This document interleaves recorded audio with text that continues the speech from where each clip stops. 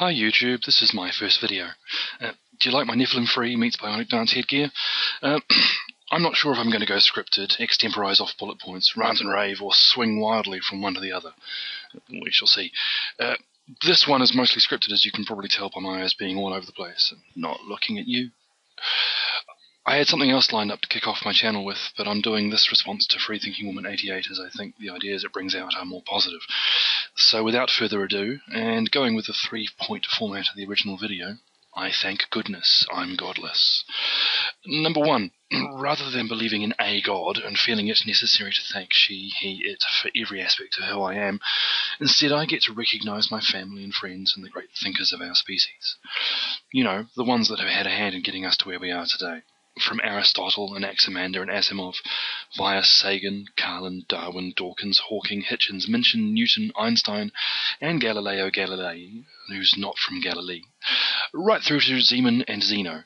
Now, there were actually 4 Zenos in classical Greece, at least 4, and at least 2 of them were pretty cool. That's Zeno with a Z, or a Z, by the way, not to be confused with Xenu, with an X, or Xena, for that matter. So, I recognise the scientists, the philosophers, the writers and the comedians, the thinkers, not the unthinking believers.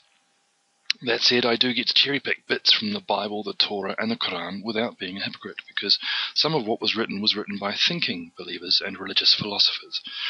But my thoughts and beliefs are not fettered by the fetid, fevered writings of a few fanatics.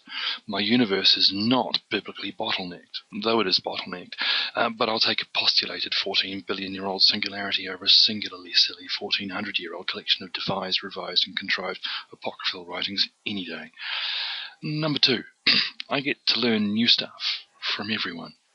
If you think you can't learn something of value from someone just because they're heteroflexible, homosexual, bisexual, transsexual, transgender, transvestite, sapphite, that's lesbian, thespian, musician, physician, politician or prostitute, you've been running the wrong race.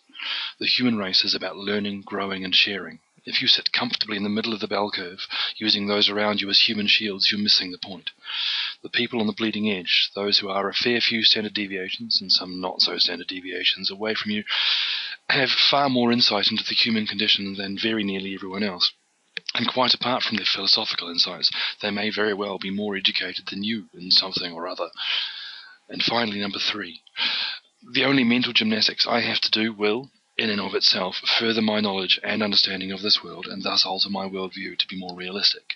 I don't have to waste mental time and energy actively ignoring observable reality to fit into my worldview, and I hold these truths as self-evident.